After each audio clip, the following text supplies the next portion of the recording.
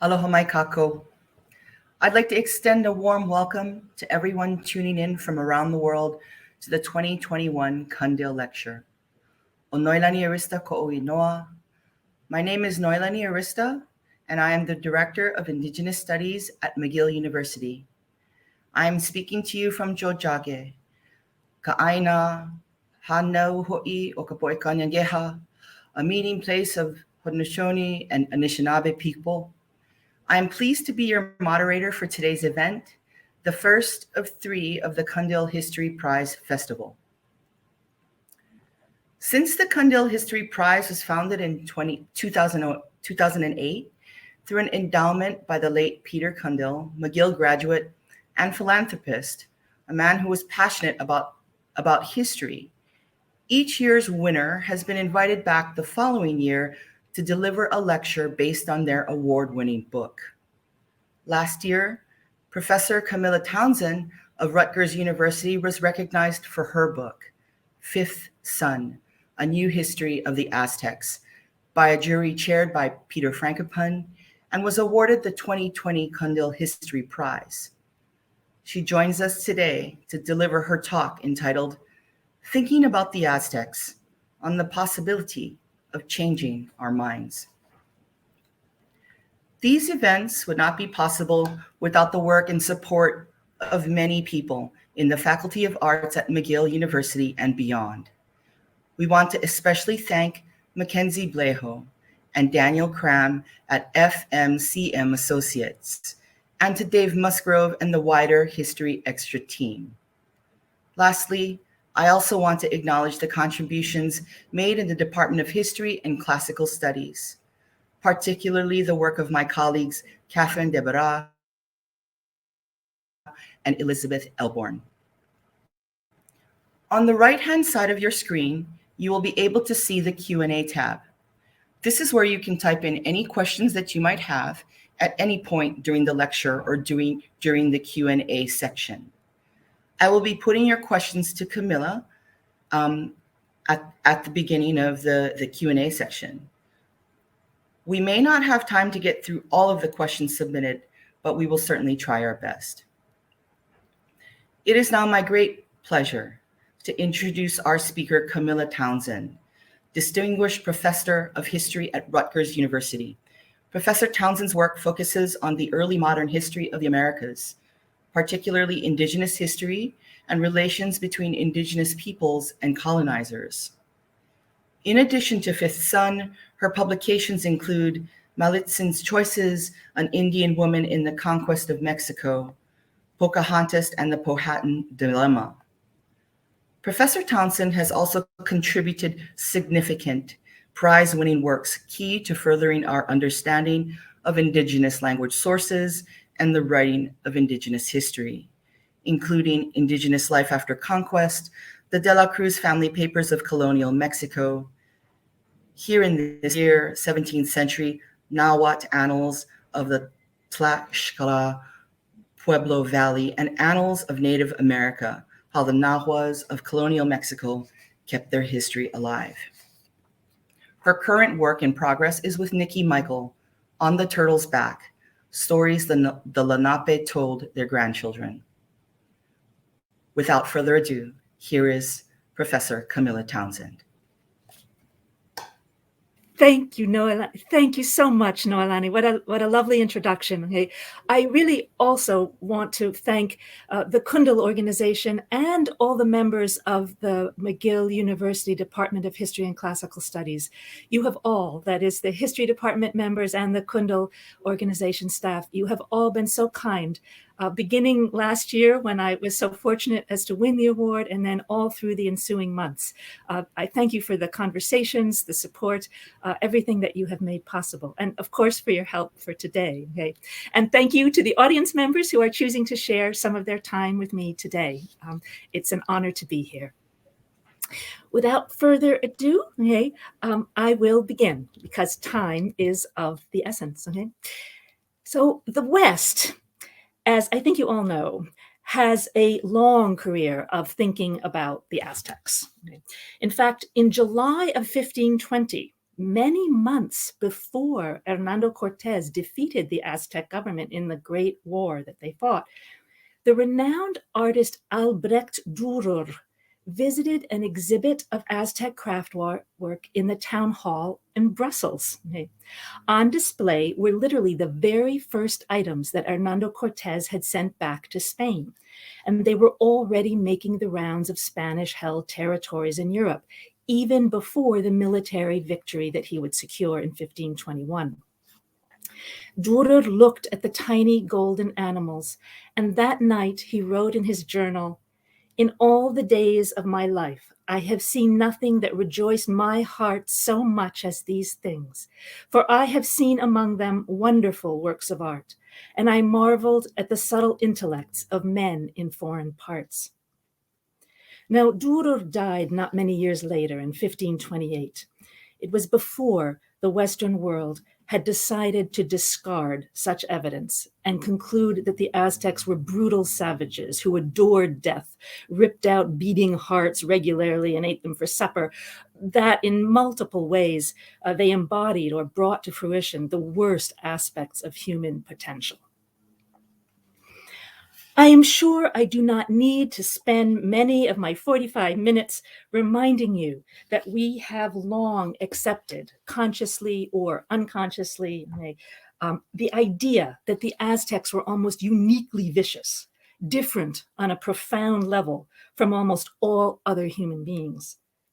More interesting, I think you will agree, are a number of related questions. Why did this idea last for so long? What evidence is available to us now that may free us of these long-held assumptions? What new image of the Aztecs seems to be emerging?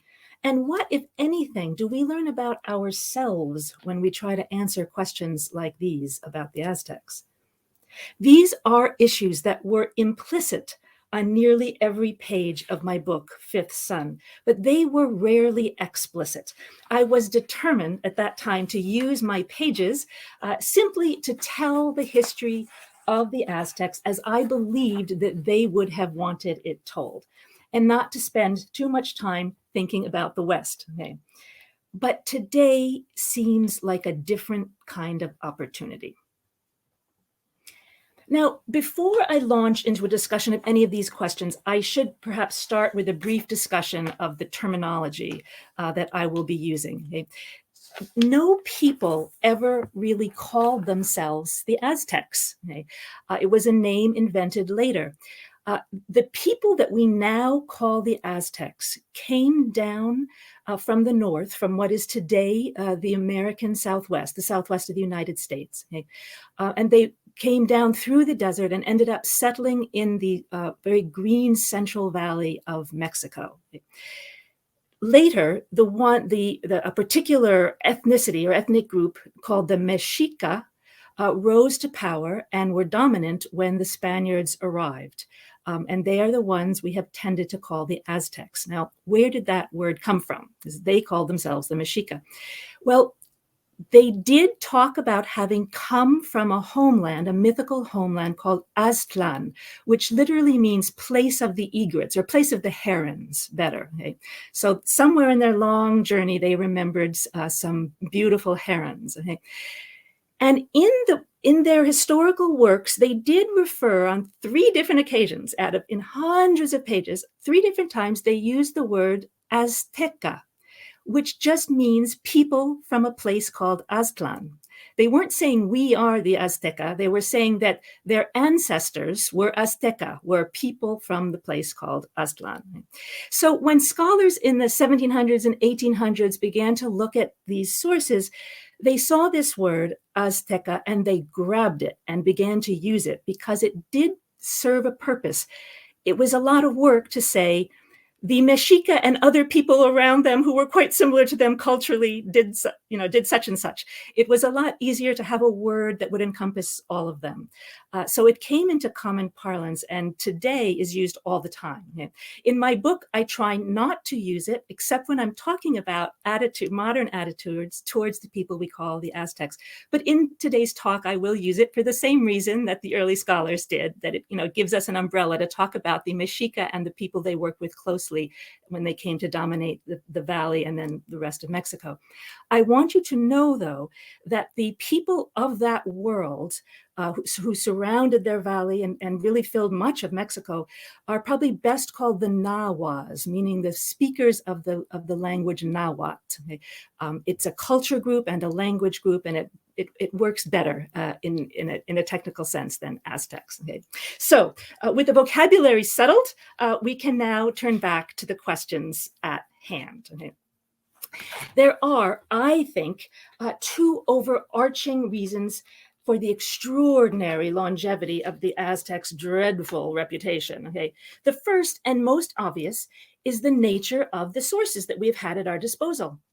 The Spaniards, beginning with Cortés himself and continuing for many years, were the ones who generally held the pens.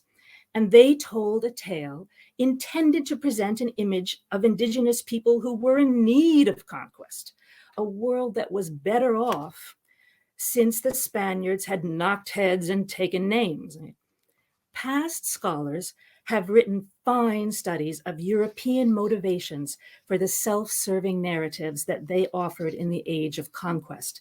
So I will not belabor that matter here. Now, for many years, excuse me, sorry.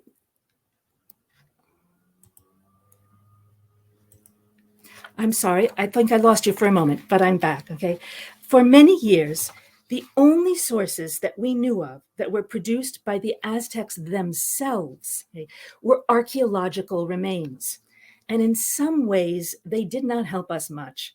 Some few archaeologists did seek fragments of ordinary people's daily lives, household sites featuring cotton spindles or copper pins or broken pots with food inside.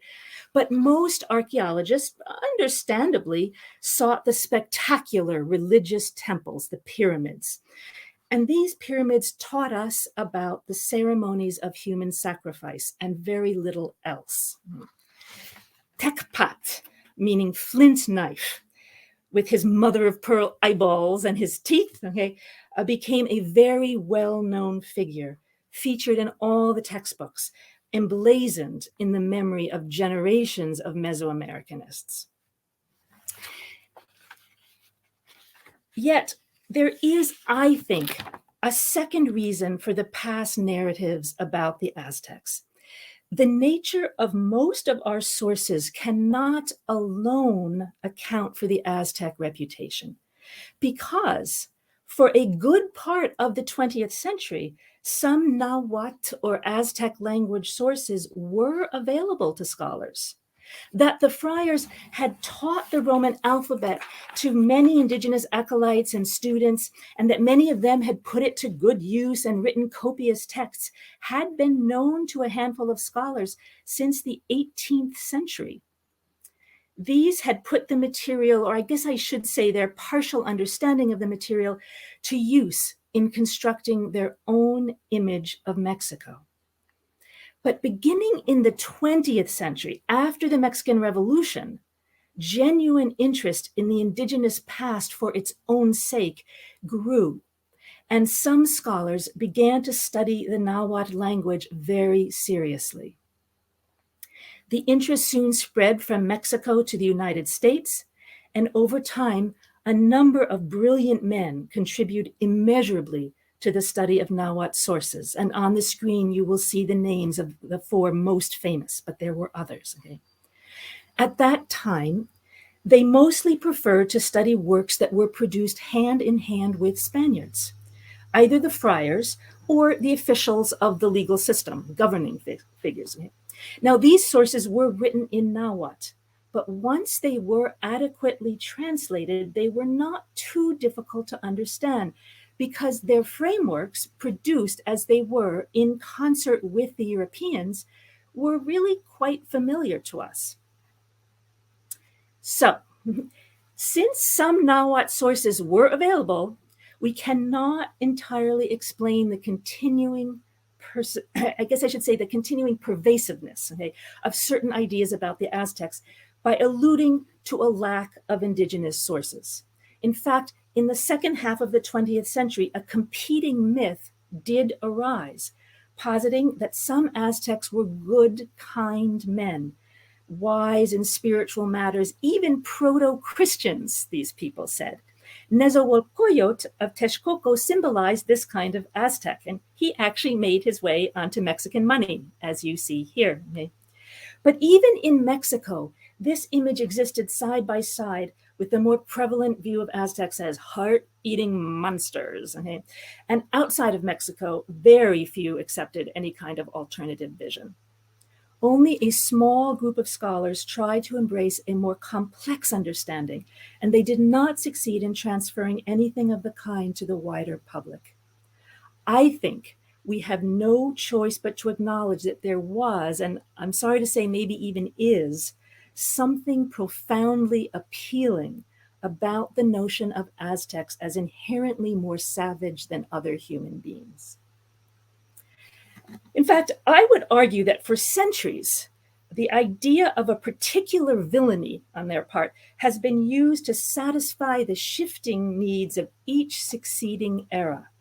Now, what do I want to call those needs? Psychological, political, intellectual? Really, I think they were all of those, all at once. Okay? In the 16th century, as I've said, most Spaniards were only too eager to paint a portrait of fearsome beings who needed, in all justice, to be removed from power. Now, I will say that idea was not omnipresent. In some cases, the Spaniards almost visibly winced in their texts as their guilty consciences pricked them. The famous Bernal Diaz del Castillo wrote, "I stood looking at the beauty and thought that no land like it would ever be discovered in the whole world, because at that time Peru was neither known nor thought of. But today, all that I saw then is overthrown and destroyed. None of it is left standing." But Bernal Diaz made up for this brief burst of admiration by describing the Aztec priests' brutal activities when and wherever he could. He made up such stories as this. Their pet snakes were fed on the bodies of sacrificed Indians and on the flesh of the dogs that they bred for that purpose. We know for certain that when they drove us out of Mexico and killed over 850 of our soldiers, they fed those beasts, the snakes, on our bodies for many days, our Spanish bodies for many days. Later, in the colonial period and after independence, Indigenous and Mestizo people alike were often willing to make their peace with the past, with their having been conquered, by acknowledging that the Aztecs had many sins to answer for, and by counting their blessings that they had lived to see the arrival of the Christians. A path to the pearly gates might make up for a great deal. Now, meanwhile, in the United States, in the mid-19th century, an historian named William Prescott wrote History of the Conquest of Mexico, which was printed for distribution to the military forces during the Mexican-American War. I kid you not. We know from reading the diaries of volunteer soldiers who were in that war, who were part of the invasion of Mexico, that many of them drew parallels between Hernando Cortez and themselves. He had brought down the evil Montezuma and his bloody regime, and they were to bring down the evil General Santa Anna and his henchmen. It's important to know that in cities like Boston, New York, Philadelphia, many people were asking if the United States even had the right to wage such an invasive war, much less to exercise the kind of violent tactics that our armies were employing as they marched. The philosopher Henry David Thoreau was the most famous critic of the enterprise. He actually argued that we shouldn't pay taxes to such a government that would participate in such an imperialistic war. But he was not alone in raising such questions. So the Aztecs' purported hereditary traits provided a useful response. William Prescott wrote about the earlier conquest, "It was beneficently ordered by Providence that the land should be delivered over to another race, who would rescue it from the brutish superstitions that daily extended wider and wider with the extension of the Aztec Empire. The debasing institutions of the Aztecs furnish the best apology for their conquest." End quote. Okay. Even in our own times, the deeply savage Aztec character continues to reign in our imaginations as a satisfying explanation that may resolve otherwise compelling mysteries. The journalist Dan Slater, in an otherwise lucid, really otherwise terrific 2016 book about the expansion of the murderous drug cartels into Laredo, Texas, chose to begin each chapter with a scholarly description of Aztec sacrifice rituals. He thus implicitly suggested that there was a straight line between the violence of Aztec religion and the behavior of modern Mexican drug lords, apparently because certain attitudes were embedded in the Mexican character. In a comparable vein, also in the early 21st century, still ongoing really, when academics began to reckon with the massive numbers of indigenous peoples who joined with the Spaniards in their conquest of the Aztec capital. In fact, they really made the conquest possible in some ways. These scholars had to come up with an explanation for indigenous peoples' reasoning in making their choice. These well-intentioned scholars, I cannot say that enough, these well-intentioned guys wanted to ascribe agency and power to Native peoples, so they did not wish to discuss the technological differential which formed the context for many of these groups' decisions about which side to back. Instead, the scholars have continued to assert the idea, the old idea, right, that the Aztecs were universally hated and that all other peoples were understandably only too eager to separate themselves from such inhuman human beings. Okay? These scholars even insist that peoples, other ethnic states who were tightly incorporated into the Aztec Empire and were closely intermarried with them, that even they, ran quickly to join with the Spaniards. And that is simply not true. Such peoples remained very loyal to the Aztecs until the very end. Okay? The fact of this supposed universal hatred, they have said, they have argued, explains why the Aztecs lost the war. Such accounts ignore the Nahuas' own statements in their own writings that they sided with the Spaniards because of the Spaniards' metal clothing, their cannons, crossbow, ships, horses, and ever-increasing population, ever-increasing numbers of new arrivals, I should say. Okay. It's very interesting to me because now this old trope of the evil Aztec is being put to use in support of a much more modern and much more politically correct paradigm. That is, that the Spaniards only won because of their alliances with indigenous people. Okay?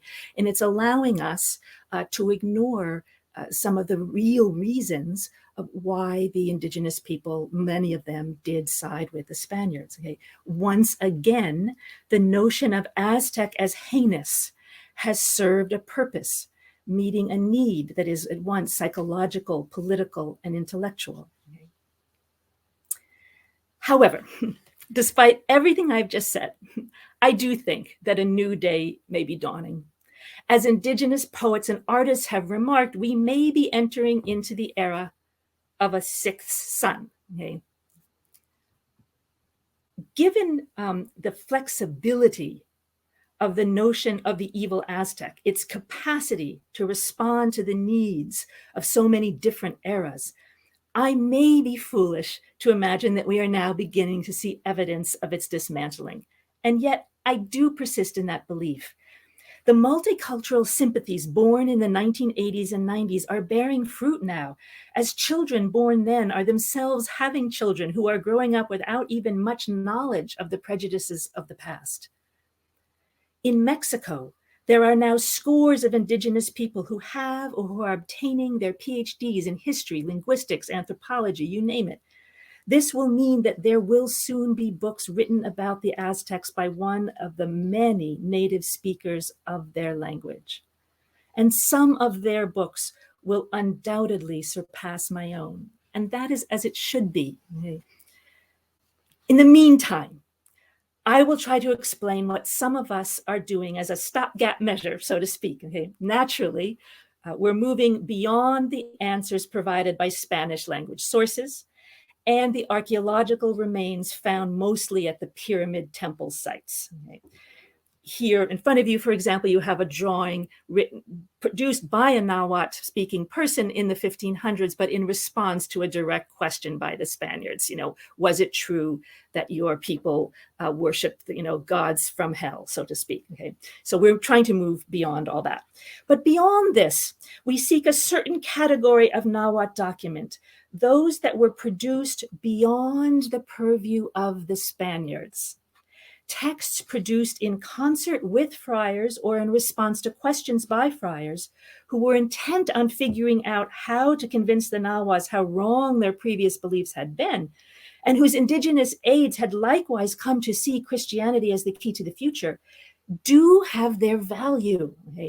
They teach us about hybridity, syncretism, assimilation, survival, but they are not the sources I have wished to pursue at this historical moment.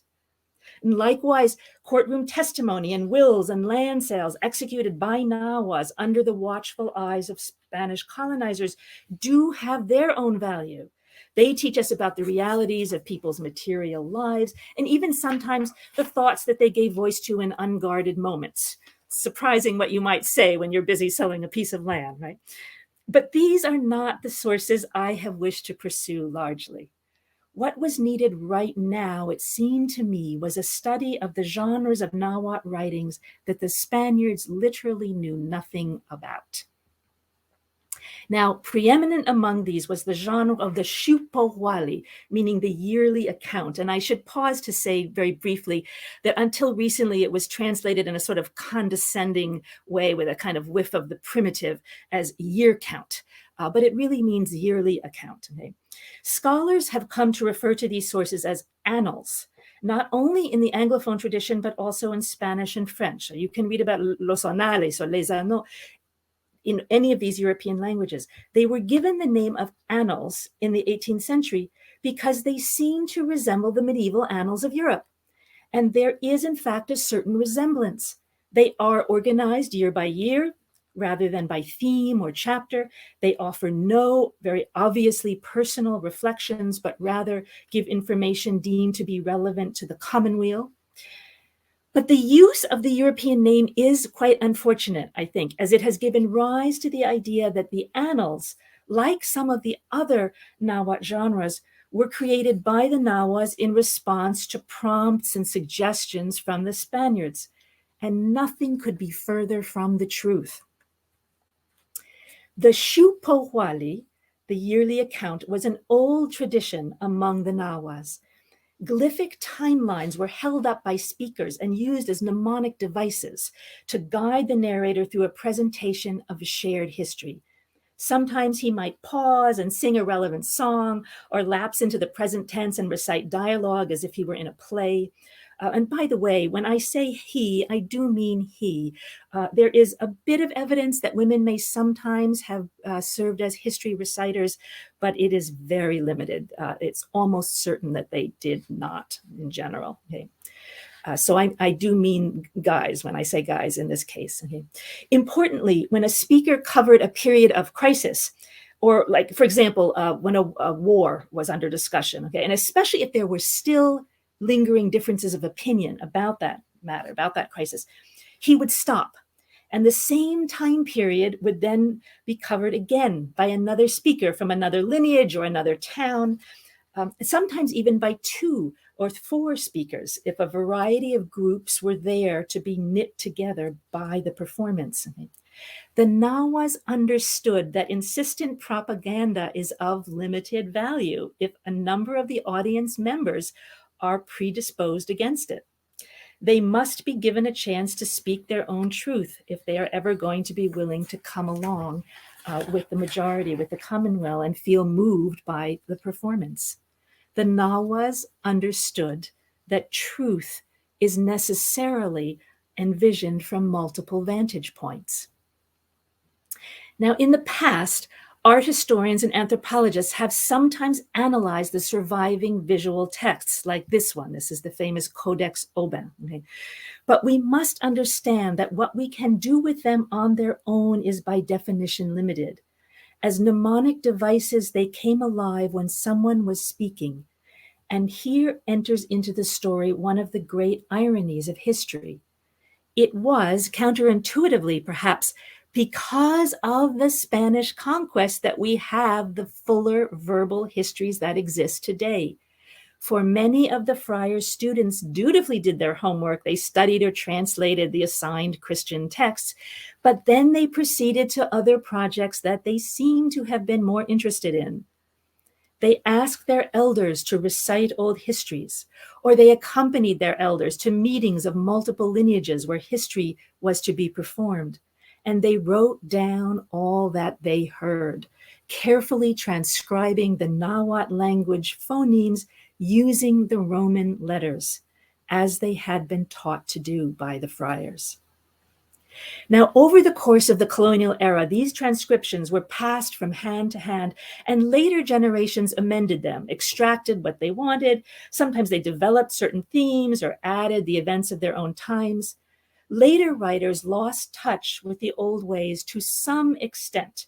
So rich dialogue, for instance, almost disappears, as did the use of any glyphs, as you see in this text, that the pictures are gone, right? Still, in other regards, they remain very much what they always had been. They often employed the Mesoamerican calendar. They stuck to the presentation of events that would be of interest to all, not just to some. They emphasized the ancient past of their people and pointed toward the future. Now, it is because these sources were written by Nahuas, for Nahuas, that they are so valuable to us today.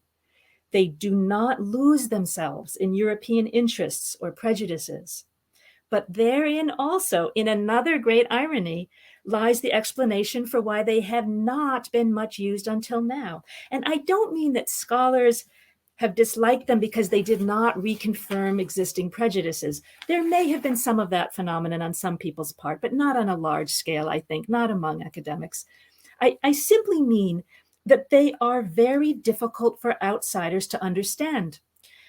First of all, as transcriptions of performances, the texts do not include much, if any, punctuation. And I got to tell you, that may be the hardest part, not knowing where one sentence ends and the next one begins until you've read and read and read and read. Okay? In addition, they often place the viewpoints of different lineages one after another in a continuous stream without clear labeling as to which statement was coming from which speaker, or even that there were multiple speakers. And this caused scholars for many years to throw up their hands and conclude that the usually orderly Aztecs were actually disorderly and repetitive in this one regard. We've only recently come to understand what they were doing, that the repetition was the whole point, right? Most importantly, the Nahuatl annals were narrated according to their own historical principles, not ours. They weren't written for us. Okay?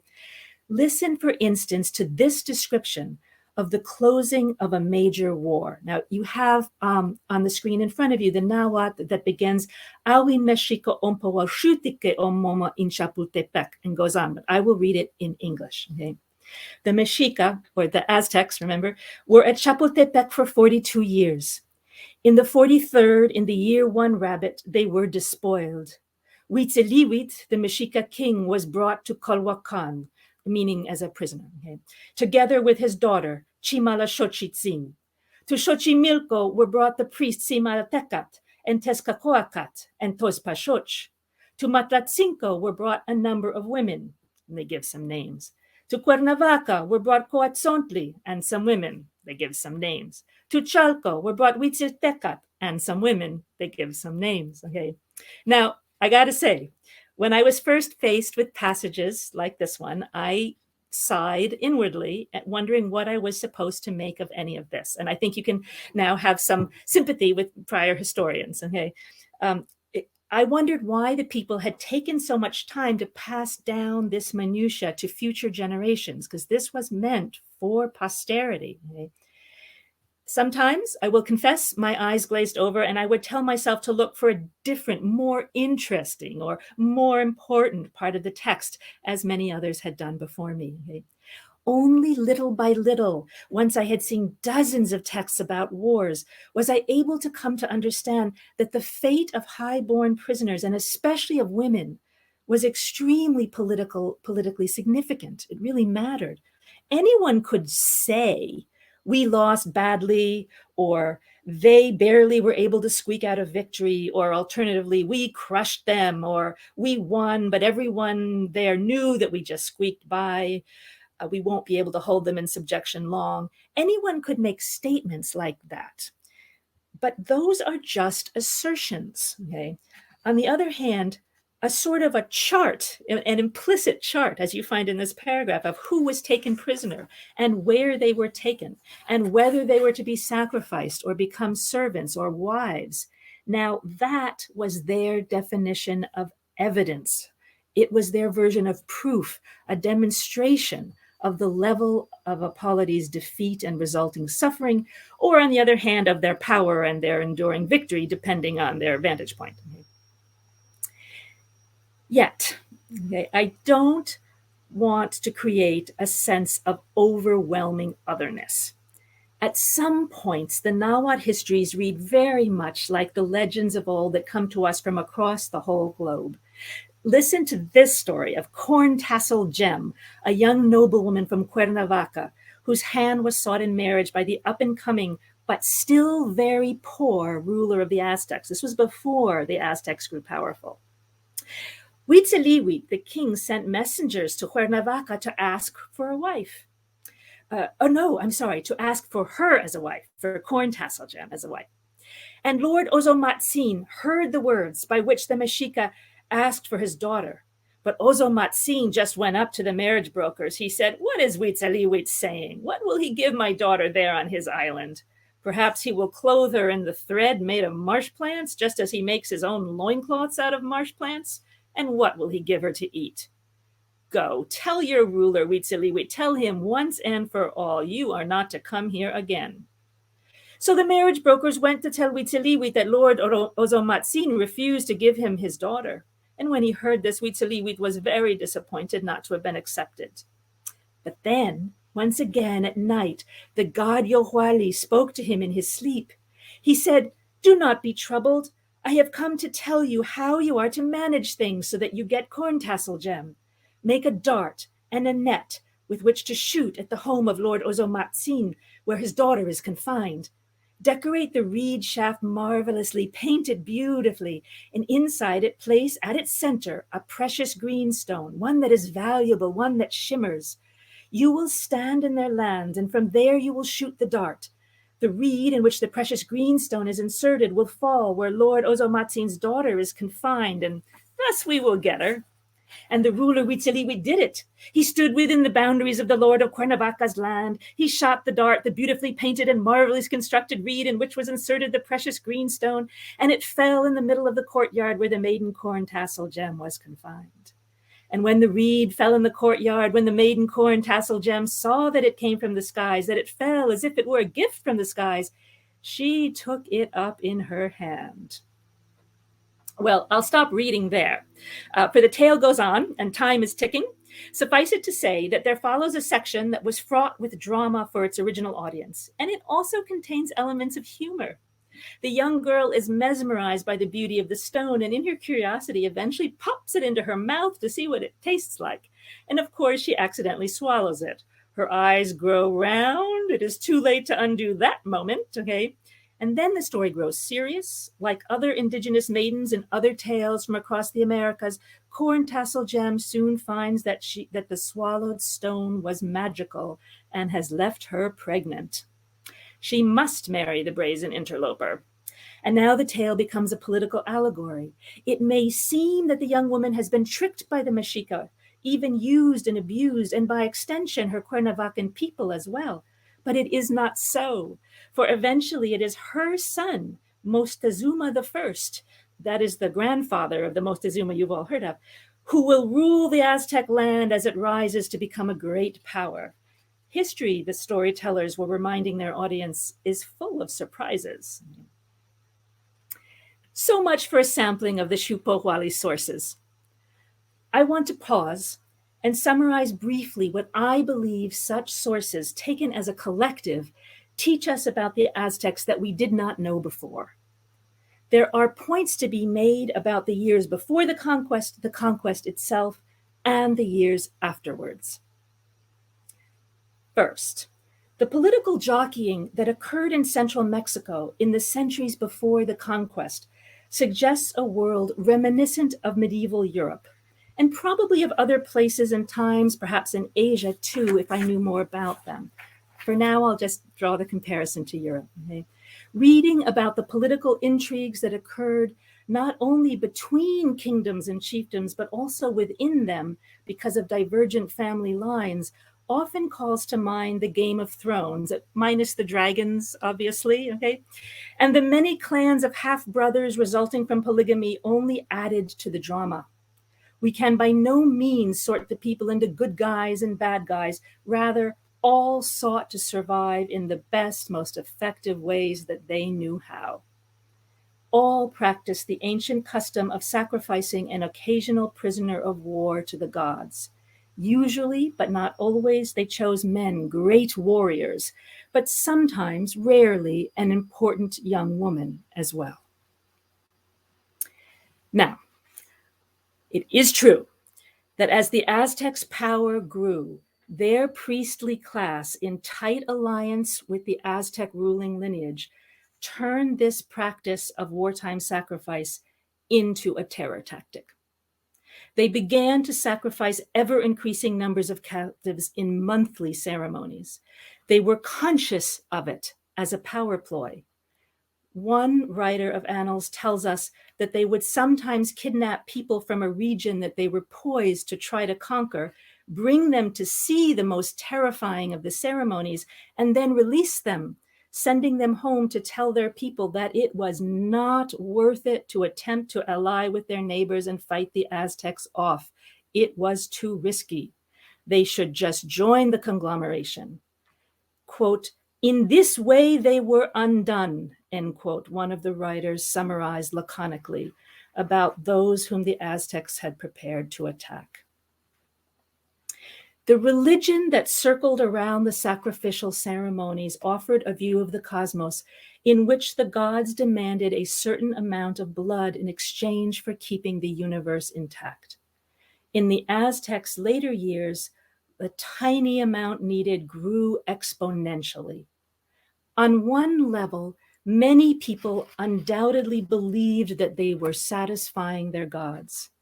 On the other hand, the Nahuatl language sources make it clear that they believed in realpolitik as much or more than anything else. I think one might make a comparison to the era of the Cold War. And as an American, I think I can say what perhaps a Canadian or an Englishman might not choose to say. The people in the US State Department and the CIA who worked to keep Central America in the hands of dictators in the middle of the 20th century did believe, on one hand, that communism was a real threat and that they were doing what they were doing in order to fight it. On the other hand, declassified documents also tell a tale of vicious power grabs intended to protect the shareholders of United Fruit and other multinational corporations. In any event, none of the Nahuatl sources indicate that most Aztecs had a particular love of death or bloodshed or horror. The writers lament war. They make jokes. They speak of beauty. Those who had been to school with the priests, because the priests were teachers as well, did not seem to remember their teachers very fondly.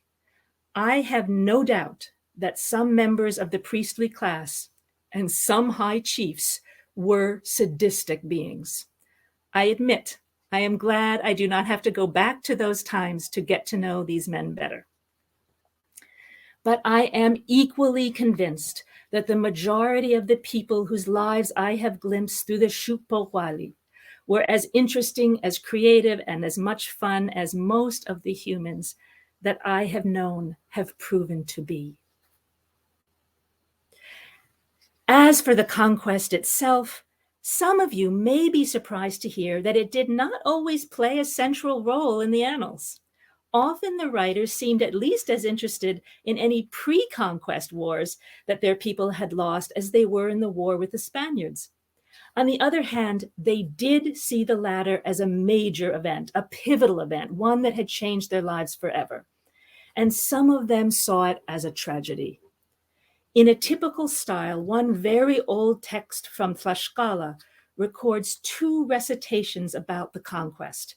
One by a man who recalled some humorous moments as he got to know the inept Spaniards, and one whose thoughts turned to bitterness, I would even say to rage, as he remembered what they did.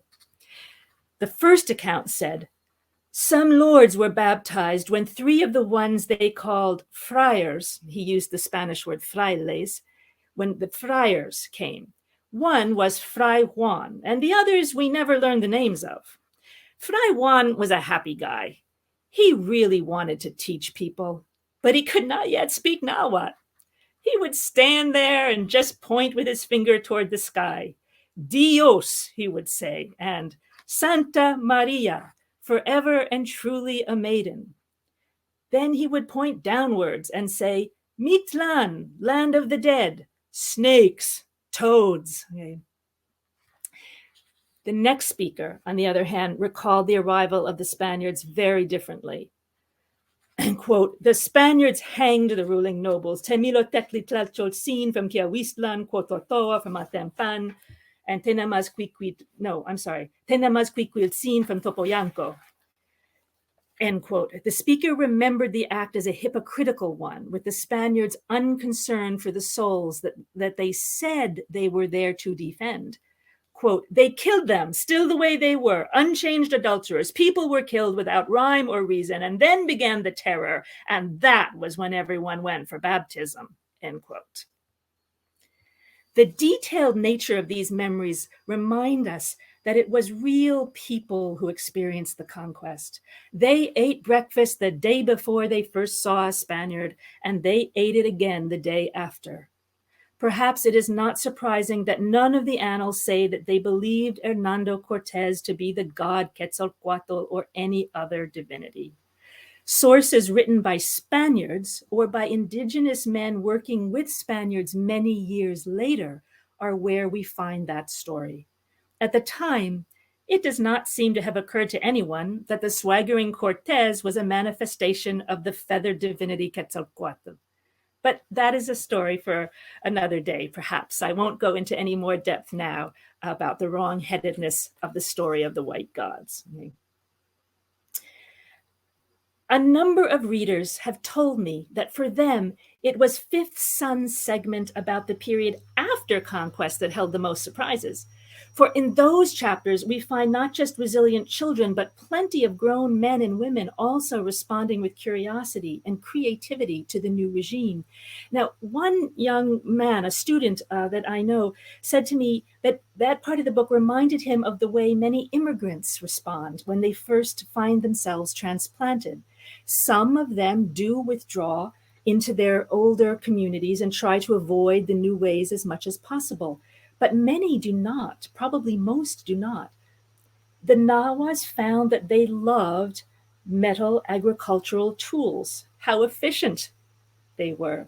They loved boxes with locks, how marvelous to be able to keep secrets from your family. And wax candles, okay? They burned so much more controllably than the old pine torches. They literally offered more hours in a day. Perhaps most of all, the Nahuas loved the Roman letters, the phonetic transcription system that they could take home and use to record their people's histories. In this regard, they were not the slightest bit concerned about being victims of what we call cultural imperialism. On the contrary, okay, they plan to use all of these elements to preserve what they love best about their world and thus defend it from cultural imperialism. They also used the new alphabet to record their protest against the horrors of enslavement being experienced by the newly arrived Africans and the burning of indigenous villages perpetrated by the Spaniards when the Indians wouldn't do what the colonizers wanted them to do. These people were hardly agape with admiration. They were simply willing to add elements to their lives that they thought would be useful to them, like a phonetic alphabet. At every point, in short, the Nahuatl language histories present us with a world that is more believable than the one we have chosen to believe in until now. When we hear people explain their lives in their own words and their own terms, they pretty much always appear to be what they are: people, like others. In fact, I would argue that when we think about the Aztecs with their own words in our heads, the stuff we used to convince ourselves of takes on the character of the ridiculous. How could we have believed it? Does it make sense to think that one group of people would be inherently more riveted by death and destruction than other groups, or so bound by faith to fearsome gods that the range of human emotions had shriveled, not for some of them, but for most of them? I don't think that the payoff is merely academic. Of course, on one level, it is academic. And as an academic, I am eager to try to get the story right, okay, to help my field divest itself of inadequate paradigms. But changing our minds does have payoff in the modern world, in which so many people are struggling today. And next slide, please. It clearly matters to present-day Indigenous communities to be able to set down the burden of ancestors, literal and figurative, who were supposedly sinister or hated or stupid, or some combination of these. And I would argue that it matters to non-Indigenous people too.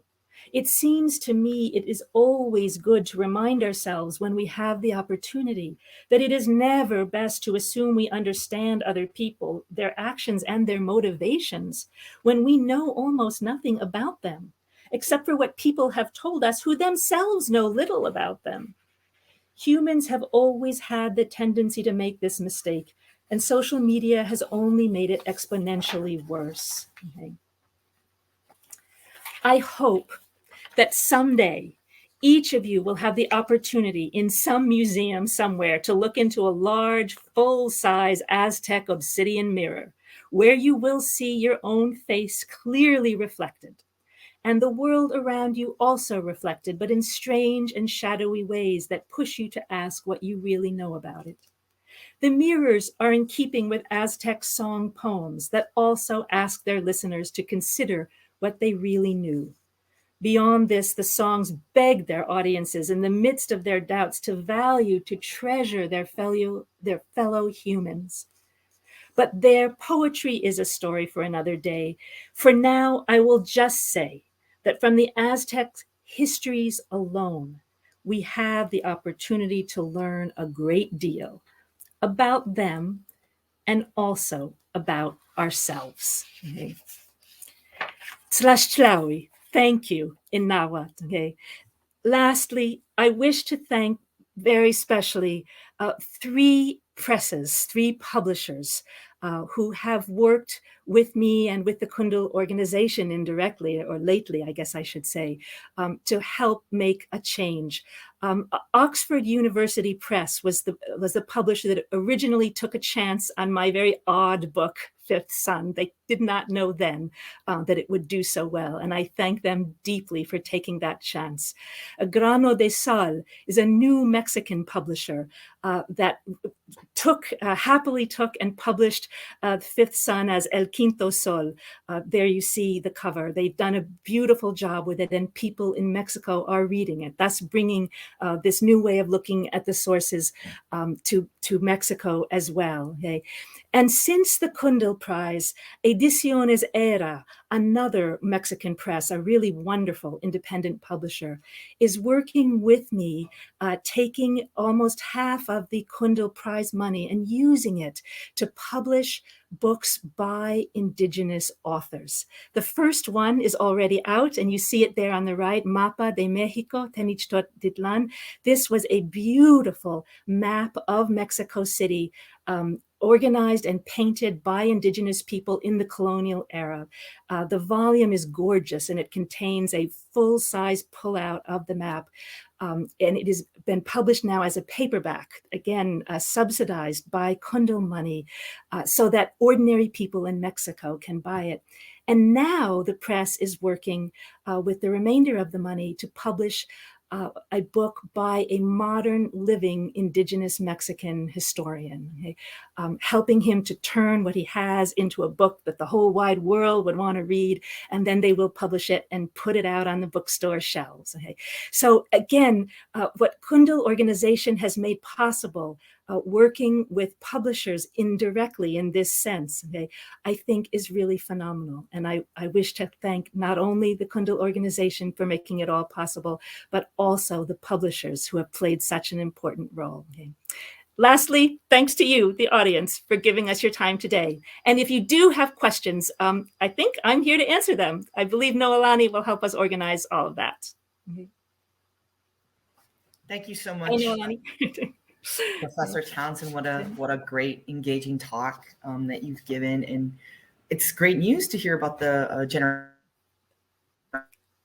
generosity of the Cundill Foundation and really putting down some support for Indigenous scholars. Well, it's possible because of the Cundill money. I couldn't have done it, right? So it's a wonderful thing, and I'm so glad the first one is out. It was able to come out quickly because they already had an expensive hardcover edition, but now Cundill has made possible a more widespread pocket edition, paperback edition. It's great news that we can have interdisciplinarity through multiple languages in multiple spaces. That's great news. Thank you. I do have a few questions coming in the Q&A. Please feel free to continue to type your questions. We have about 30 to 45 minutes to be on Q&A. The first question from Cam T. Dr. Townsend, are oral histories a considerable part of the primary sources that you used for your work? Well, yes, that is, originally they were all oral histories. The genre of the Shupohuali was entirely oral before the Spaniards got there. People would gather around fires, and different representatives of different lineages would recite these histories. Now, I say recite because we do know that sometimes they were giving verbatim performances, but the historians, the performers, were also allowed to ad lib and develop certain themes because they were there to knit people together, to entertain the polity, bring them together. So if it made sense to say, talk about the recent war, then they would do that. So in a sense, we are seeing an oral history. Now, they did then get, shall we say, frozen in time when this, in a certain sense, when the Spanish friars taught the alphabet to these young students, and then they went home, they wrote down the performances that they heard. Very rarely did they continue to write down performances over time. It was then those alphabetic or written out texts that got passed around from hand to hand and amended over the years. So what we don't have is an ongoing record, sort of year by year after the conquest, of a changing oral tradition. We have this sort of frozen transcription of some of these presentations. And for that reason, some rather hostile scholars about 20 years ago, maybe a generation ago, used to say, oh, these are worthless because they're just crystallized in the European tool of empire, the alphabet. Okay? What they didn't understand, I think, because they didn't speak an Indigenous language, is that when you read that text, you're hearing the voice of someone who spoke aloud in the 1500s in rich, funny, metaphorical ways. Okay? So yes, it's true that we don't have an ongoing record of a continuing oral tradition. We just have the transcription of these performances given in the 1500s. And then we have the shifts and changes in the written work that they passed along. But I still think that counts. That is, we are being granted partial access to at least moments of that oral tradition as it once existed. Better than nothing, I would argue. I don't agree with the scholars of 20 years ago who say, well, since it was crystallized in the Roman alphabet and it didn't continue to move and shift in that oral sense, we shouldn't read it at all. I suspect that was code language for not wanting to learn to speak an indigenous language, but maybe I'm being unfair. Right? The next question comes from Peter F. And this is, could you say a few words about Mexica ideas about the natural environment? Were ideas noticeably different from other Mesoamerican societies? And if so, how? Were ideas about water in particular distinct from what we can tell? I would argue that the Aztec or Mexica, or let us say Nahua, ideas about nature and the natural world actually had a great deal in common with other Mesoamerican peoples' ideas, and even a large number of other indigenous peoples. I don't mean to say that, you've seen one indigenous person, you've seen them all. I don't mean to sound like people from 100 years ago. But I do think that there are certain, shall we say, grammars of commonality, if perhaps not vocabulary, but kind of deep grammatical structures in a figurative sense. I'm talking now about environmental ideas, not literally grammar, that indigenous peoples did often, not always, but often have in common, and that were very different from European ideas. So, for instance, back to the Mexica now. I'm not saying this about all indigenous people. The Mexica believed not that the whole universe was divine, but that there might be that of the divine throughout the universe. That is, you never knew. You could find out which flower, which mountain was lit with divinity. There could be a rock that was just a rock, but there also could be a rock that was lit with the divine, like the one that made Tassel Gem pregnant. Okay? So there was potential divinity everywhere, all around them. So it was very important that humans, animals, plants, all parts of this potentially divine natural world work together to maintain harmony, to avoid disaster, whether it be disaster for the gods, say for the sun, or disaster for the humans, or disaster for the fish. And you do that by respecting each other. Okay? You can burn the land if you need to in order to plant crops, but you make sure that that fire does not spread. Likewise, you can control or try to control water. The Aztecs worked very hard. They did live on an island, as that snarky, humorous tale would suggest. Their city was on an island, and they built causeways, aqueducts. They worked very hard to keep the salt water that rose up out of part of the lake out of the other part of the lake so they could use that fresh water to drink. They were water engineers. They saw nothing wrong with controlling or attempting to control water. But they also believed deeply in the need to respect Tlaloc and his consort, jade-skirted woman. Okay? So they would not, for example, ever attempt to go too far. They warned the Spaniards, for example, when they began to try to drain the basin, the Valley of Mexico, that it might cause flooding. And indeed, it did cause flooding. Okay?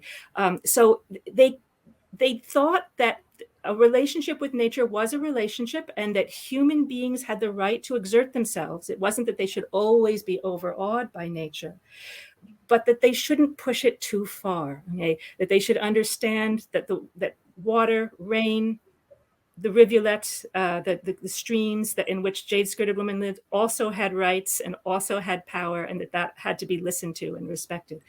And I would argue from the bits that I know of Southeastern indigenous people in the Virginia area, and now more recently my work with the Lenape traditions or the Delaware traditions, that this that this is a frequent, not a universal, but a frequent pattern in indigenous religion. And of course, very different from the European world, where it was understood in general that the natural world was there to serve humans, that humans had a special relationship with God and therefore the right to destroy if they saw fit. Okay? So it's not so much that I think the Mexica were different from other Mesoamericans, so much as different from the Europeans. I think I'm perhaps talking a bit too much, Noelani, because I'm not going to allow time for all the questions. So if you need to say, shorten it up, you feel free to do fine. that. Okay, right. Most of the comments. Okay. Oh dear. I should aggregate. There are a number of comments. Just thank you for your brilliance, for your work. Peter Frankopan here, chair of the Cundill Prize last year, has expressed his thanks. So I have a whole stack of those that you should look through. One question from an educator, explicitly he asks, do you have any recommendations for how an educator at the undergraduate level can responsibly balance the violence of the Aztec state with the richness, variety, and the beauty of Nahua culture more broadly? I think you can. If you don't want to use a whole book, you might want to just photocopy. Well, now we upload, but you might want to offer the students some of the Aztec poems, where you will see. Unfortunately, many of the editions that are out there are rather badly translated, and some of us are working on that. But you can still see, even from those translations, that these poems are not about death and gore. Even the war poems lament the need for war. So you can show them that. And then acknowledge that this human sacrifice did happen. I'm not a believer in trying to deny that. I have been accused of kind of brushing that under the rug, and there's an element of truth to that. That is, I have really not wanted to focus our attention on that element because I think it's been overdone.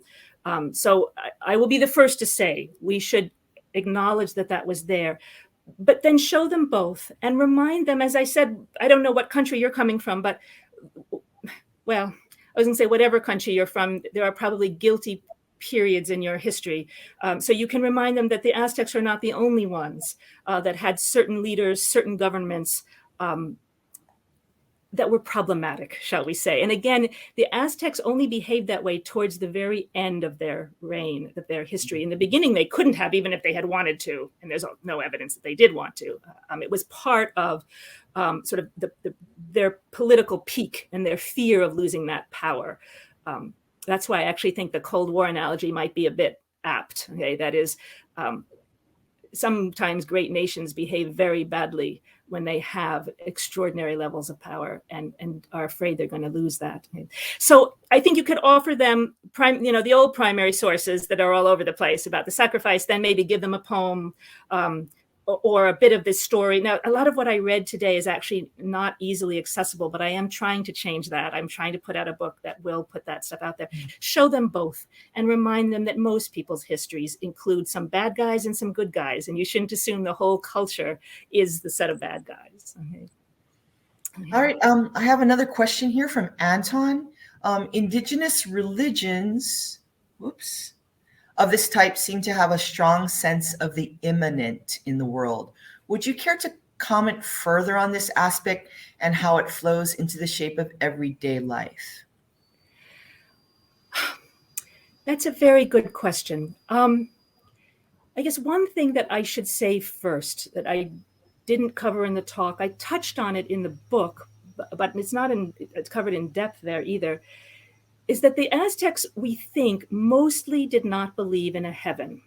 Now, there's some evidence that just as in the ancient classical world, different groups of people and even different individuals had different theories about what happened after death, but it wasn't a big part of their religion. That we can say with certainty.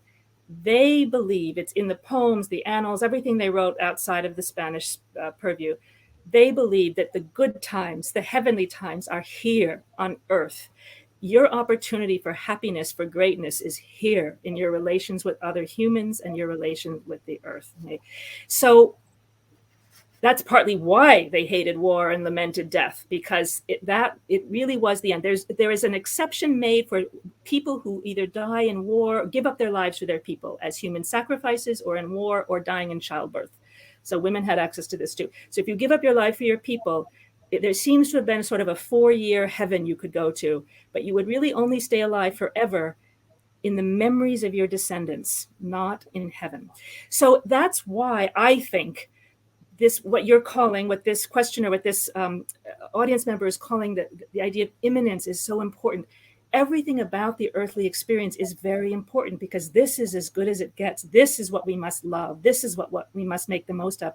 So you also want to appreciate it and appreciate the immanence of the divine that is in our daily experience and that you might suddenly find yourself interacting with. If you're a Lenape spiritual person, you might suddenly find yourself in a conversation with a bear.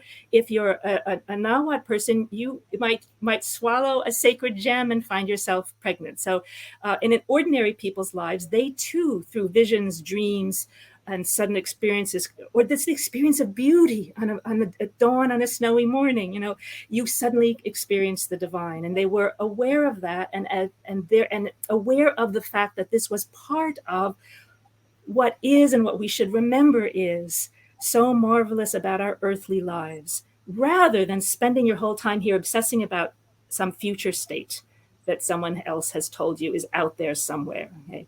Psychoanalysts these days tend to say it was the Native Americans who had it right, by the way, in terms of what is more likely to lead to happiness, success, etc. Okay? That may not have been good enough on immanence, but it is the best that I can do with my understanding of their relationship to the world. Okay. Well, I'm going to encourage the audience to keep putting questions in the sidebar there, and while those come in, I'll ask one of my own. Great. You provided an interesting interpretation about how the dreadful image of Aztecs were used to satisfy the needs of each succeeding era. Right. And you suggest that perhaps interpretively, we are entering an era of the sixth sun. Could you say more about what that means? And also, what does it mean to align the practice of history with an explicitly indigenous, or in this case, Aztec way of experiencing the past? Would you call this an indigenizing approach? Well, I hadn't thought of it that way, but I suppose you're right, Noelani. So that my reference to the sixth sun was perhaps a bit unfair because it was one of the only points in the talk where I was kind of alluding to something that is explained in the book and that I didn't explain in the talk. So the Aztecs believe that we are living in the time of the fifth sun, hence the name of the book. That is, that there have been prior worlds that were destroyed, imploded, and then a new universe was born. And this one was born thanks to the sort of gutsy courage of one of their ancestors, okay? An ordinary little guy who decided to do what he needed to do to save his people and sacrifice himself. The origin of the idea of sacrificing yourself for the gods and implicitly for your people. I heard at a conference a number of years ago, by which I mean it was pre-COVID, I don't know, 5-6 years ago, an indigenous scholar who gave his paper in Nahuatl first and then kindly in a European language as well.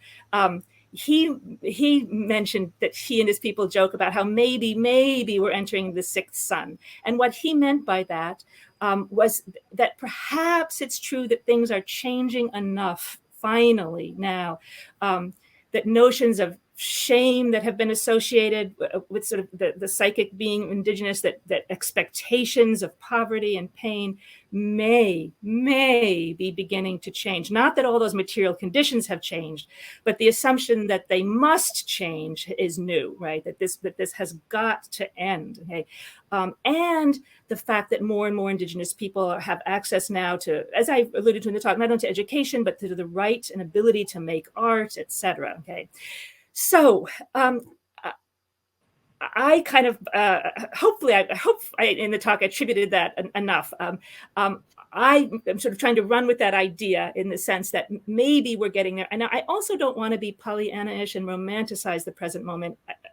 There's a danger in arguing that things are on the edge of changing so much or are changing so much that we just ignore the horrors that do continue.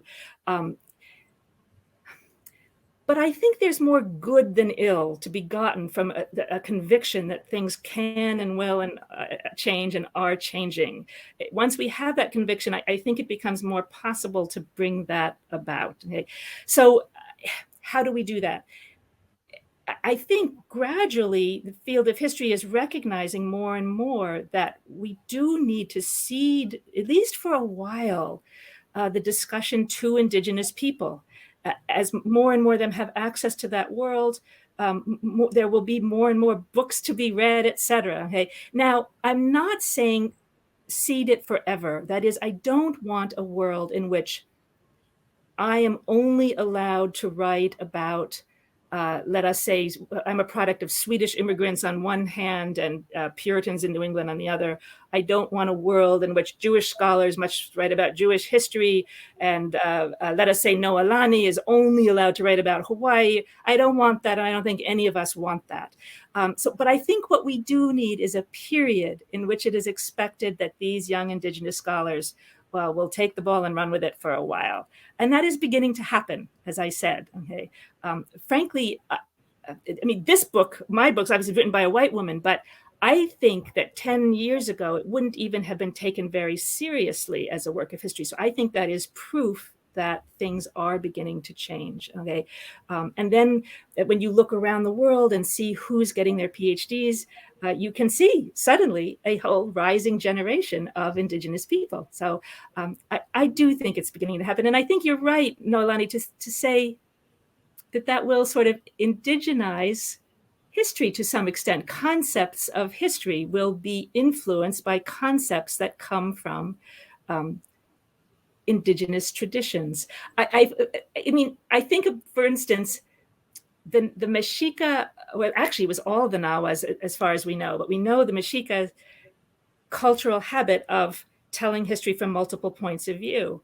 I could imagine a young Indigenous scholar writing a book that actually tells the same history from 4 points of view without ever boring the reader. Okay, some things like that have also been tried by filmmakers and other scholars.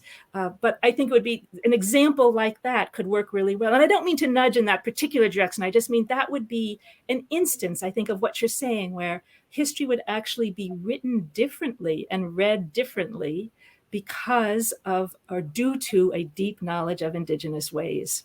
Well, I think you raised that point very, very clearly. Even you touch upon it in your talk where you talk about the oral performative, and the multiple sort of points of view and the genres that are produced in the language that you're studying in these texts. And I'm just going to keep talking because, hey, audience members, put some questions in the Q&A bar to follow up on that last question and to continue this conversation. A lot of us scholars struggle with this thing you say is you want to write history in the way that the Aztecs would have wanted it to be told, or Indigenous scholars trying to struggle with the way in which maybe their ancestors would have wanted that history to be told. And I wonder how do we have that conversation? What do we mean by that? Is it methodological? Have you come up with methods or approaches to sort of secure what might be like the veracity or trying to be in line with what would have been wanted by how do we know? And how do we know what they would have wanted? Right. And I do. That's why I tend to smile and pull back, because it is what I think they would have wanted written. On the other hand, how can I say that? Right. So what do I mean by that? I guess a better way to put it, and probably what I should have said, is history that I believe they would have recognized and found valuable. That they would have said, yes, that is history. That is what happened, right? Okay, as opposed to, what is this? Right? And it doesn't really have anything to do with what my understanding of what we went through.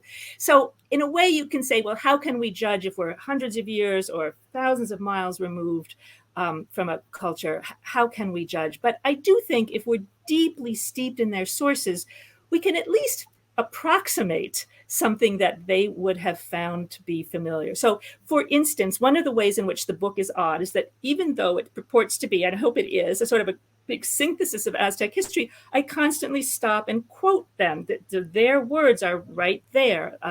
One early reader did not like that. Or I follow the events that they thought were important. So we talk a lot about this war, and then we skip 20 years to something else that they thought was important, then skip 40 years, something else they thought was important.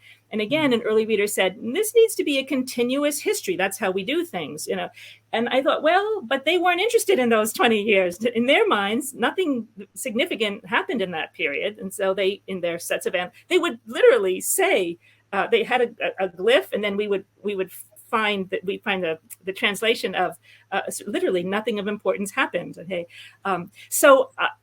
I thought it would be good to just sort of follow their implicit argument. It wasn't explicit about what should be covered, but it can't just be a repetition of the source. I couldn't just say, and then followed a 4-year period in which nothing important happened, and then another one in which nothing important happened.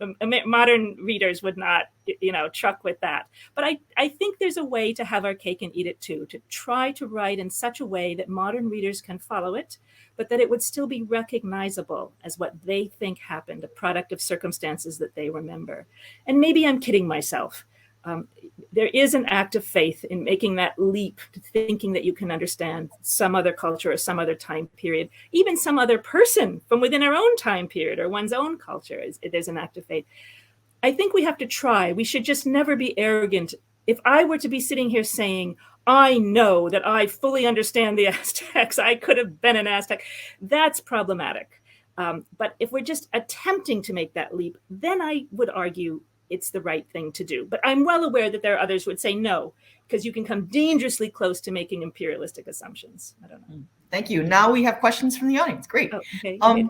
There are stories about the sacredness of Mexica dogs guarding temples and accompanying souls to the land of the ancestors. Are there Nahuatl references to these kinds of stories? I'm sorry to tell you that the stories that have been written all about the Xoloitzcuintlis Quintlis are more modern inventions. No, it doesn't mean it doesn't mean that they didn't have that belief, but it's not in the written sources that got written down. Okay. There's actually very little about the land of the dead, period, as they do not seem to have been too focused on it. Okay. Sorry, guys. I like Xolos too, and I wish it was in the Nahuatl sources. One more question. Is there a way to understand sacrifice that might in some ways make it less horrific? Example, was it potentially an honor to be sacrificed or an act of generosity under certain circumstances? Is there a history of violence that is tellable without being sensationalistic? That's from Elizabeth. Last question was from Jillian. Thank you. Right. Yes, I think that's really an excellent point, that human sacrifice, it's in its inception around the world is inherently heroic. And again, it's not just the Aztecs.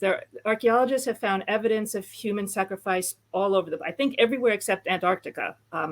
So wherever humans were, there have been instances of some traditions of human sacrifice. And it seems to have been in those places where we have access to the language and we to the sources, and we know what they were thinking when they did this, and that's not everywhere. It does seem to have been a mark of heroism. You do this for your people. You do this in a gesture towards the gods, so whether it's to give your blood to the gods or in some other gesture, and you make that sacrifice for your people. It actually it is very evocative of the same kinds of emotions and language that we use today in talking about young warriors, going off to fight the good fight for the sake of their people and make everyone else safe, quote unquote. Right? A lot of Hollywood movies depend on the idea of some individual person giving up the self and their future years for the sake of their family or their people. So I think we humans all are willing to give a lot of credit for the courage and generosity that goes along with what often a young person giving themselves up in that sense. And I think it is worth talking about that with your students, to get back to the other questioner who was asking about our classrooms. Heavens, one could make a comparison with the blood in the host in Christianity too, that that Jesus himself, that the heart of the Christian religion is about the willingness to give of the self for everybody else. Okay. The problem is that the Aztecs took that idea in the late 1400s and ran with it to a degree that no other Native Americans had. And I think that is not because they were culturally inherently evil, but because they had a lot of power. They wanted even more power, and they wanted to make sure they didn't lose that power. At least that so thought and acted their leaders. Okay.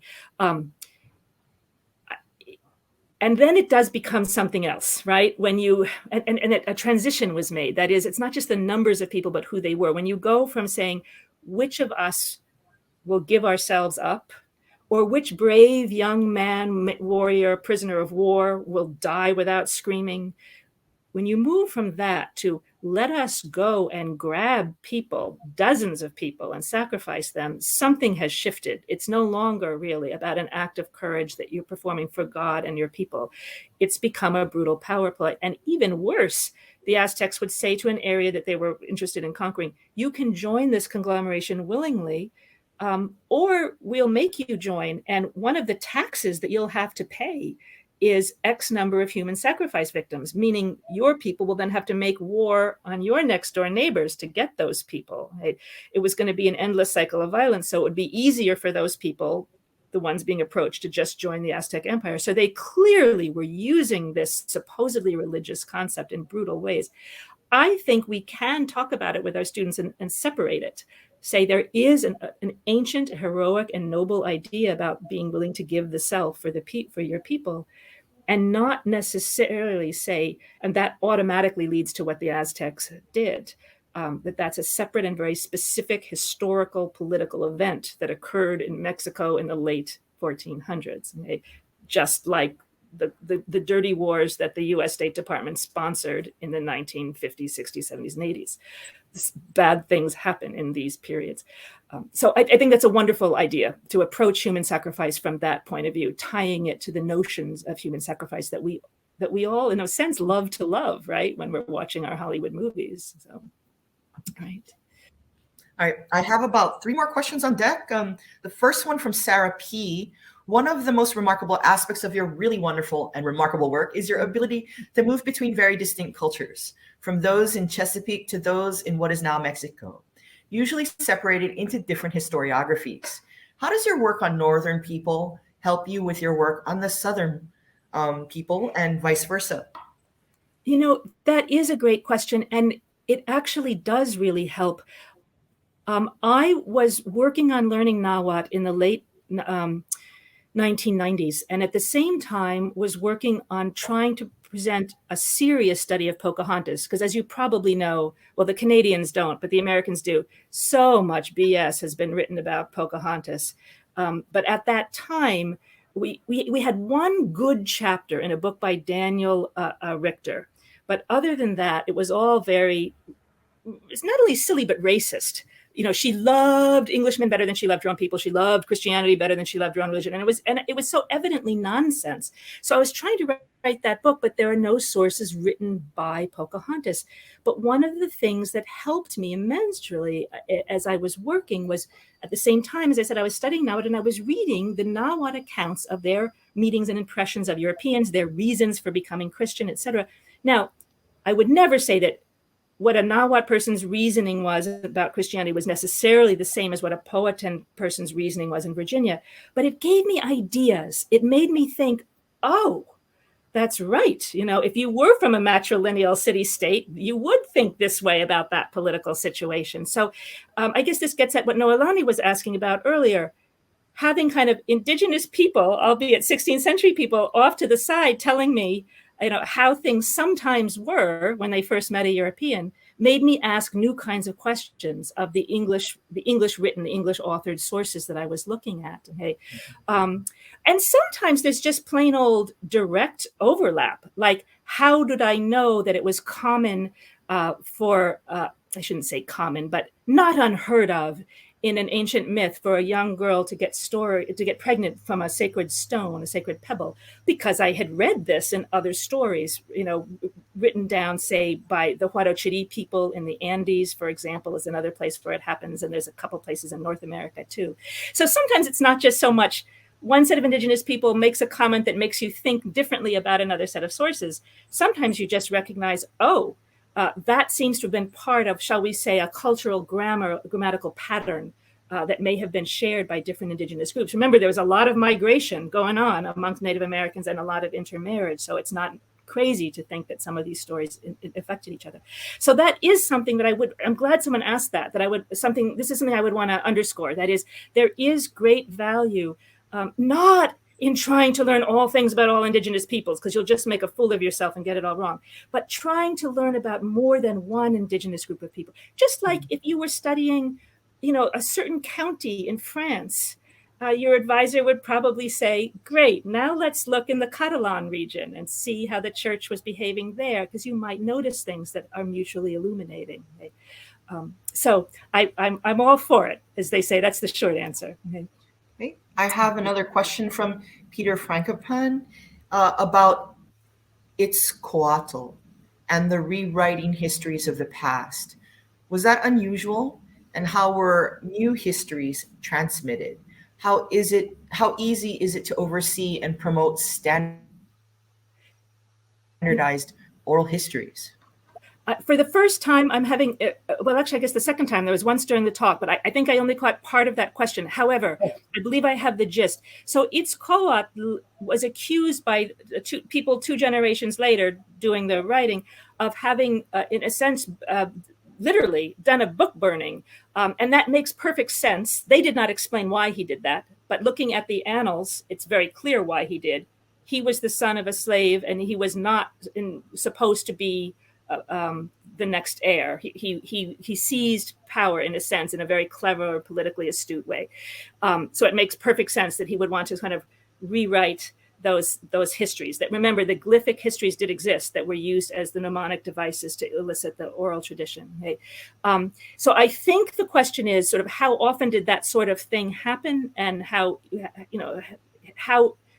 possible is it for ancient states to do that? Okay. We don't know how often it happened. It's only referred to concerning him. That is, none of the annals say that another Aztec king did that. And no other Aztec king in that line of 7 that we know about would have been in a situation where it kind of would have been necessary. So it probably was unusual. Nor do we know exactly how effective it was, except that I can say that the alternative views about who should have ruled do continue in the sources. Not everybody was happy that Itzcoatl's family line continued to have so much power in Aztec politics.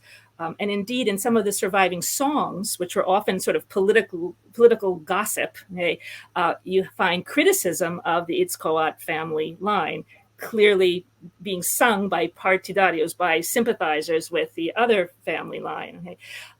So I do think in a situation where you don't have, a fully operational bureaucratic state with an army and a press corps and police who can censor it, et cetera, it isn't going to be as possible to censor and to control the telling of history as it has been, sadly, in some more modern nations.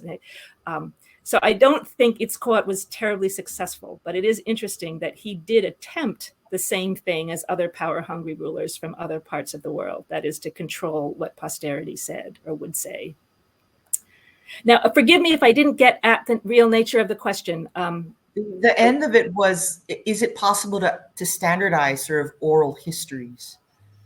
Oh, right. I guess in a sense, no. That kind of, the question is asking me to more fully develop something I just touched on there towards the end of my answer. That is, in a world of oral histories and oral culture, and where songs contain political commentary that people go around humming in the street, right?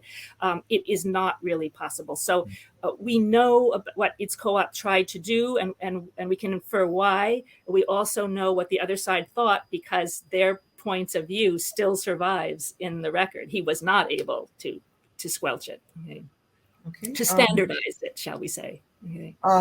So I think maybe one more question before we run out of time, and that is, there's this explicit tension between the fine interpretive work that you do in Nahuatl sources and the desire to direct readers and audience members and other scholars like myself to hearing people just explain their lives in their own words.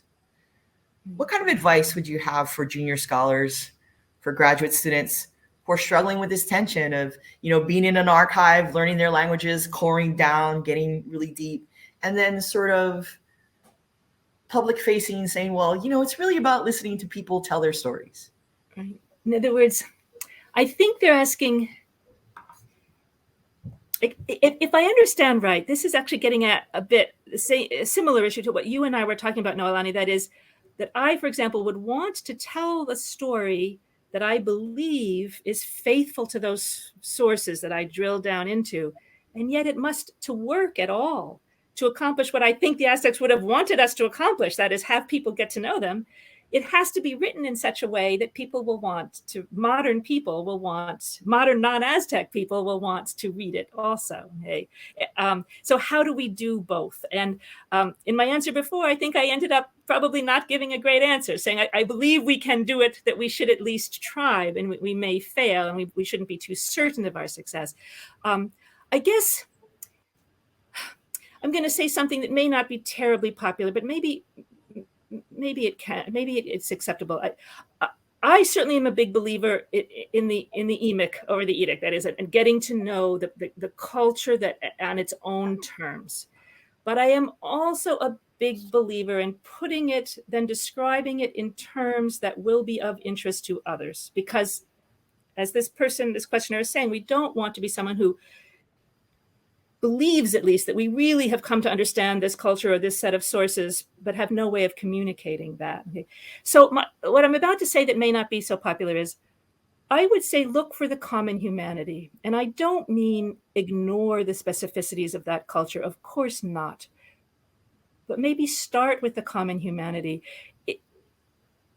In the case, if we're writing about, say, a general in World War II, or certainly even someone who was, say, part of the British Empire back in the 19th century, or a French Enlightenment thinker in the 18th, most scholars are talking to audience members who, in the public world, in pop culture, who need to be reminded that we may not understand that person as well as we think we do, because we've learned about the Enlightenment in high school, and we've watched the documentaries about General Patton, whatever.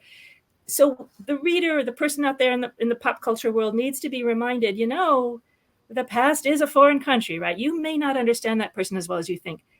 But when we're talking about Indigenous, and certainly ancient Indigenous, I would say even relatively modern Indigenous peoples, we're dealing with a very different set of expectations, assumptions, and problems out there in the pop culture world. That is an assumption of difference, an assumption of almost non-humanity, an assumption that they don't matter and they didn't do important things and we'll never understand them anyway. So I would argue, dig down into the sources, absolutely. But then when you come up for air and you're going to start to write, don't begin with all of the details that mark that culture as different. First, begin with what to you marks them as similar to your Uncle Joe. Later, get to what makes them different. I'm not saying suppress the culture, not at all, okay? But that perhaps, just perhaps, in our desire to be fully respectful to all cultures, we may have gone to the point of almost looking for them, to other cultures, to be so profoundly different from us that we will never understand them. And I'm not sure that helps very much. What they laughed at is different from what we laugh at, but they liked to laugh. How they experienced a love affair is different from our modern romance, but they did have love affairs, as the story of Tassel Gem shows, right? So look for what you have in common, or what your readers will have in common first. And then allow yourself to get to all the other stuff too. Again, I'm not saying, just pretend that the Aztecs are modern American citizens and suppress all the rest, okay? But allow the commonality to come out first. I think that will allow you then to figure out how to structure an article or a book such that other people will want to read it, because it will touch on something that they think they know about, or at least already have curiosity about, because it's something recognizable to them. That is my hope. Okay, great. Thank you so much. It looks like we're out of time for questions. Sure. But before we say goodbye, as part of the Cundill tradition, we like to send the speaker off with some parting words of appreciation. Oh. Today, we are delighted to welcome McGill Professor of Anthropology, Lisa Overholtzer, to deliver a brief comment on Camilla's book. Hi, Camilla, and thank you. Lisa. Thank you so much for your lovely presentation today, and for your book as well. I wanted to start by communicating a slightly more personal appreciation from me and from my students. Oh. This semester, I've been teaching a seminar, a 400 level seminar on current debates within archaeology, and I decided to teach it by delving deeply into the archaeology of post-classic central Mexico, especially the Aztecs. And I assigned only books and articles published in the last 5 years in order to get really get a pulse on the field today. Mhm. And the first book I assigned was Fifth Son. And I began with Fifth Son for two key reasons. First, I wanted a reconstruction based on Indigenous voices, highlighting the Indigenous historic tradition to show that conquered Central Mexican peoples weren't silent or completely silenced. In fact, some of them were conquerors themselves. Mhm. And second, I knew that some students might come into the class with the misconceptions that you've talked about today, that they were bloodthirsty, foolishly thought Cortez was the god Quetzalcoatl, et cetera, et cetera. And I love how Fifth Son humanizes the Aztecs, as you were just saying, sort of emphasizes to a certain degree some of those commonalities, right? Allowing the students, what I saw, allowing students to empathize with them and understand that they were every bit as emotionally complex and multifaceted and diverse in identity and perspective as other past societies that we might be more familiar with. I wanted my students to start the semester having put those sort of, popular media misconceptions aside so we could get into the work of the course, thinking about what kinds of questions we should be asking as archaeologists, what kinds of theories and methods we should be applying, and how we should be engaging descendant communities today. And so I want to say thank you because your book did that, all of that and more for my students.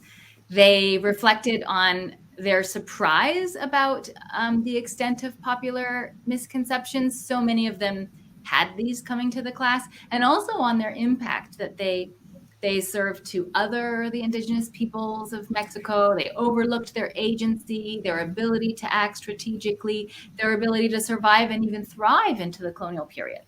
So that might have been, I might have predicted that, but what I didn't anticipate was and maybe some of the other authors that we read wouldn't be so appreciative, but was how critical my students would be of so many of the other texts that we read in subsequent weeks.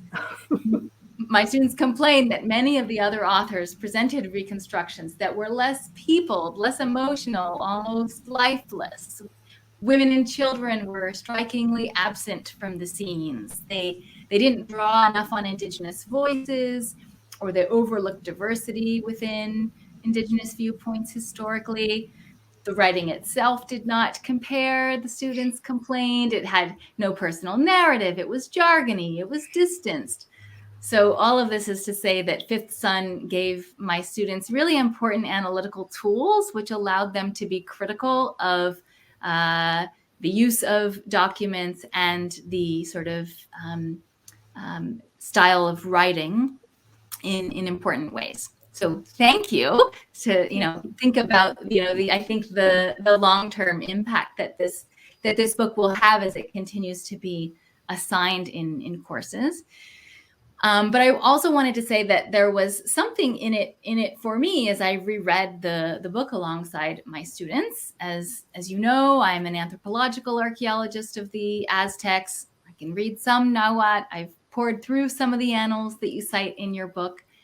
And what struck me about the reading experience of the book, and much of your talk today as well, is that it's actually quite anthropological, in that we say that the task of the anthropologist is to make the strange familiar and the familiar strange. That is to say, by immersing ourselves in another culture, we can begin to understand those beliefs that are so distant from our own, while also becoming more cognizant of our own assumptions and the things we take for granted. And I love the way in which you build on a tradition of great women scholars who emphasize the humanity and the emotion of the Aztecs, like Inga Clendenin in her book, or more recently, the archaeologist Elizabeth Newman, who focused on lives of the descendants of the Aztecs laboring in haciendas.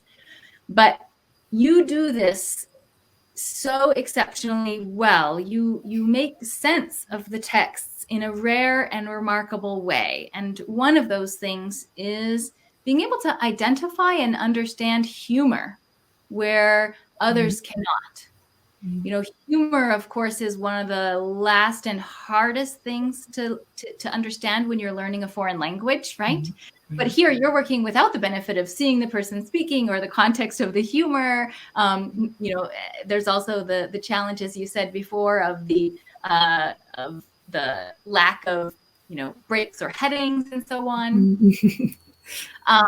And what I really appreciated in the book is how, in certain instances, you walked us through the internal and cultural logic of the texts, these texts that just can be really difficult for outsiders to understand, or as I myself have observed, can seem really dry, or their relevance really baffling. Today in your lecture, we heard about how you figured out why they described the minutia of what happened after the conquest, right? In the several instances in the book, we saw you walked us through how an account that might seem very puzzling at first might begin to make sense when we consider some cultural factor. The example that comes most to mind is how the Tepanek ruler's sons turned on each other after his death, which begins to make sense when you consider their marriage practices. So being walked through your brilliant thinking process has inspired me to return to the documents and to see more interpretive potential in them for my own research, which also, from an archaeological perspective, aims at a peopled reconstruction. So we're here today to celebrate and to thank you for your accomplishment in Fifth Son and in your lecture today. But if I may be so bold as to just put a little idea out there and encourage you to consider in a future project, a future book, maybe something that focuses on that intellectual process of making sense of the documents, because your brilliance in that is in many ways, from my perspective, unparalleled. And I know that academia would be a better place, and future research would be better for it. So thank you very much for your talk today and for the book. Thank you, Lisa. I am listening. I don't know what I'll do next, but you've planted a seed. Thank you. Excellent. Thank you. All right. I think Noe is going. Yes. There we go. And thank you, everyone. Thank you, Camilla. Thank you, Lisa. Thank you, audience members, for your great questions. I assure you, Camilla, all I'm reading in this Q&A bar here is praise. And there are many, many people who want to know how they can get in touch with you and keep up with your work. You can always write to me at Rutgers University. I will be there. Great.